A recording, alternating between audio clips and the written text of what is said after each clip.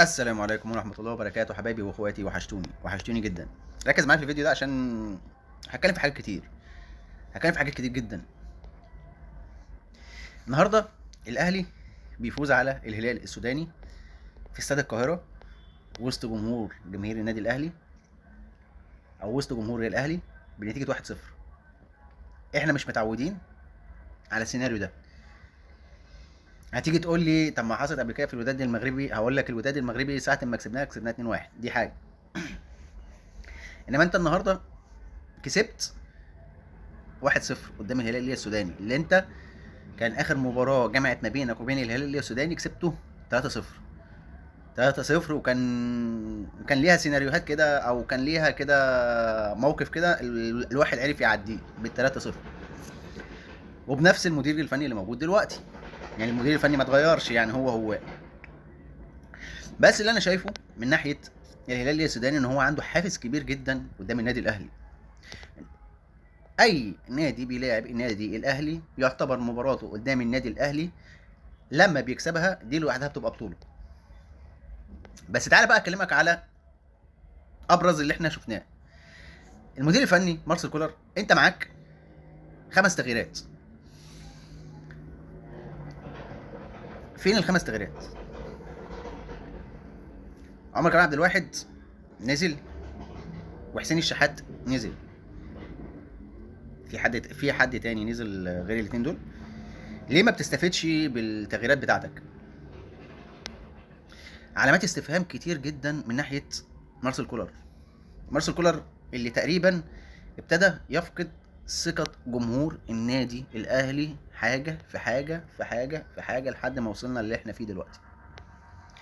تحس ان الجمهور في وادي ومارسيل كولر في وادي تاني. تحس ان اللعيبة انت معاك يعتبر في القارة كلها احسن اسكواد موجود في قارة افريقيا كلها. عملت بيه ايه؟ ما عملتش بيه اي جديد. انت مستحوذ على الكورة بس من غير اي حاجة. في مثل بيقول لك كتر البوس ما بيجيبش عيال، من الاخر. وانت النهارده مستحوذ على الكوره بس من غير فعاليات قدام المرمى، من غير اي حاجه، من غير اي اقول لك ايه يعني استحواذ. المهم ان في الاستحواذ ترجمه الاستحواذ باهداف. انت ما ترجمتش الاستحواذ بتاعك بالاهداف. انا واحد من الناس وانا بتفرج على المباراه زعلت على الباقه اللي انا حرقتها في المباراه، في الماتش. والله اصل انا كنت بتفرج على الباقه، زعلت على الباقه والله، لان انا مش شايف قدامي مباراه. كنت كملت نوم لان انا كنت نايم قبل المباراه. كنت كملت نوم، كان بالنسبه لي كان هيبقى احسن، وعرفت النتيجه بعد كده. تعال بقى نبص على اللعيبه. في حد النهارده سمع اسمه اسامه ابو علي؟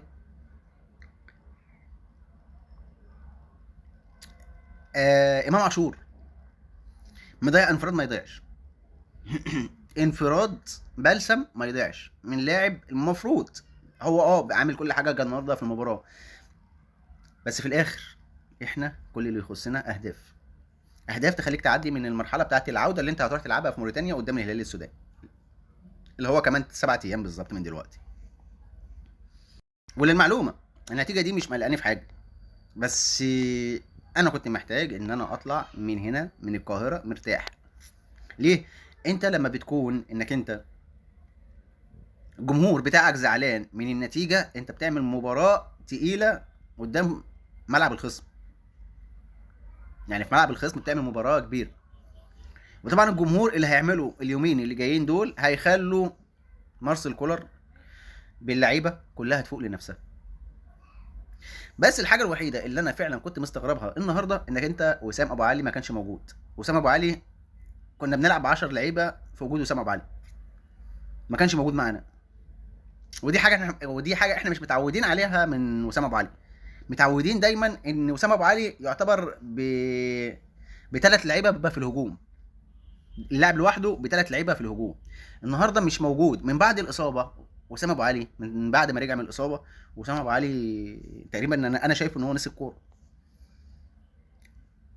انت بقى وسام ابو علي بالمنظر اللي احنا شايفينه ده هيعمل حاجه في كاس عالم انديه؟ على فكره انا برضو مش عايز اتكلم على اللعيبه، انا بس كل الحكايه بجيب لك مقتطفات. ويمكن يكون اللي احنا شايفينه النهارده هو السبب في انك انت بقالك تقريبا داخل فوق الشهر انك انت ما بتلعبش ولا مباراه. هتيجي تقول لي طب ما انت لعبت مباراه قدام نادي زد، مباراه وديه، هقول لك ده مباراه كده كانت تحصيل حاصل انك انت بتشوف اللعيبه بتاعتك، ويا ريتك حتى كمان ان استفدت من وراها. لا بالعكس، انت نازل المباراه بتاعت النهارده بصراحه اللعيبه تحس ان هم لسه مش فاهمين بعض،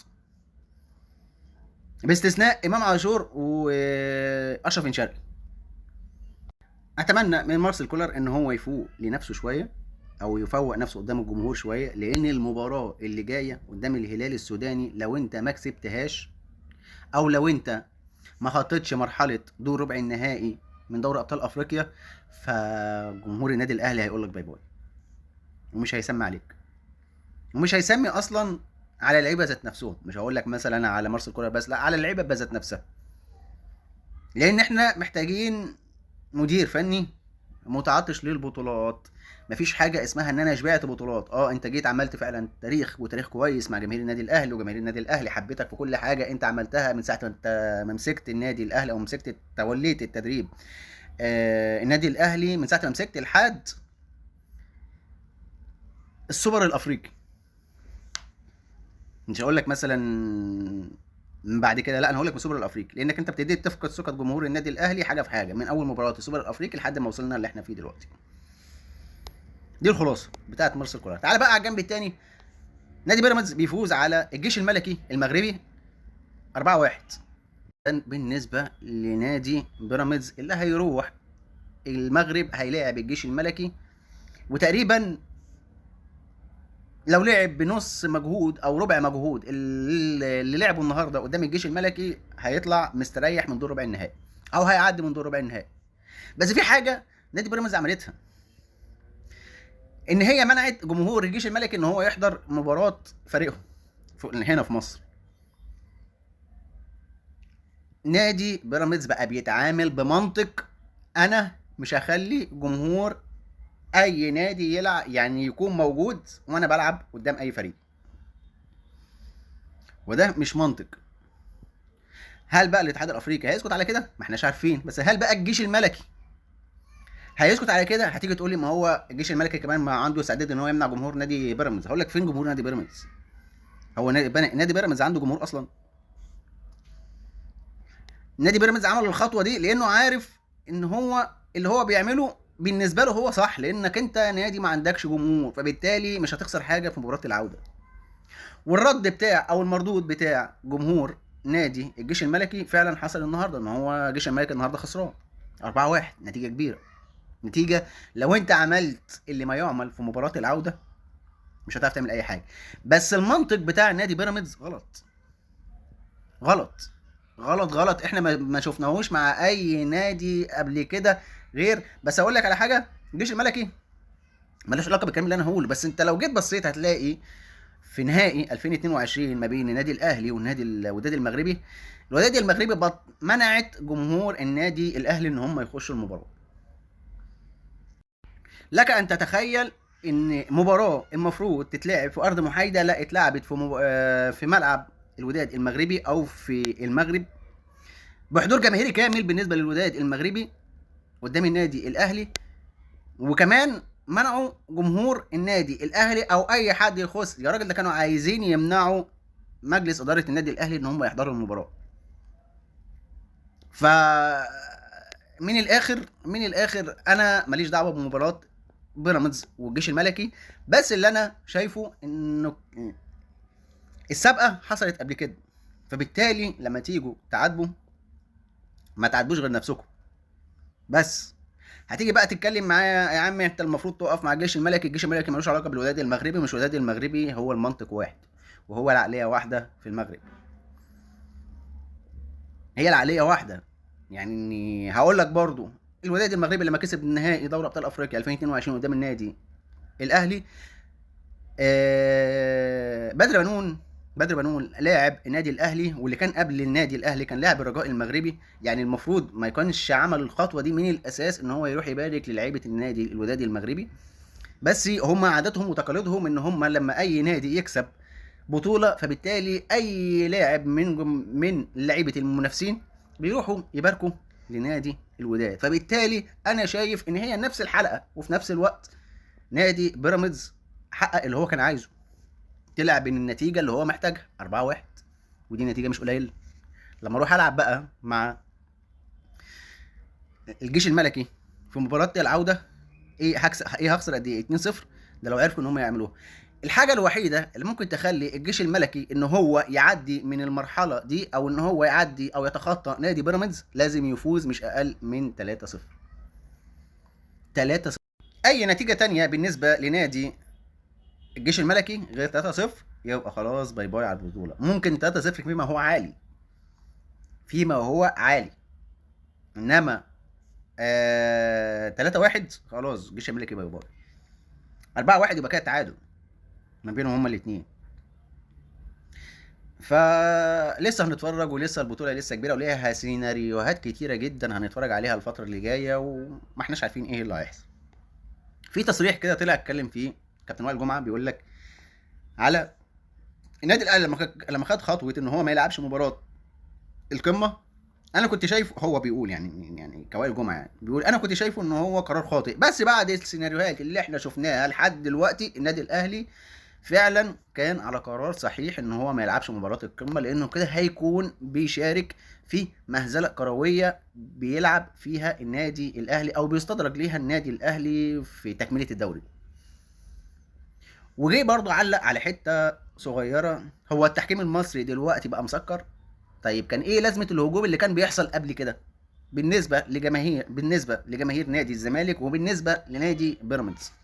بصراحه اتكلم وقال الخلاصه، قال الكلام اللي مفيش جمهور من نادي الزمالك يحب ان هو يسمعه، ومن ناحيه تانية نادي بيراميدز ان هو يكون عايز بيسمعه.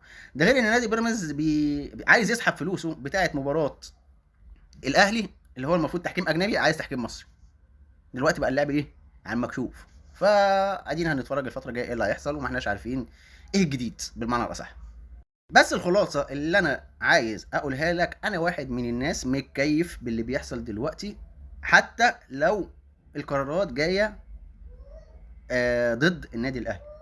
انك انت تشيل 3 نقط دي عامله صياح في 100 عقبه، وعامله صياح مع نادي بيراميدز.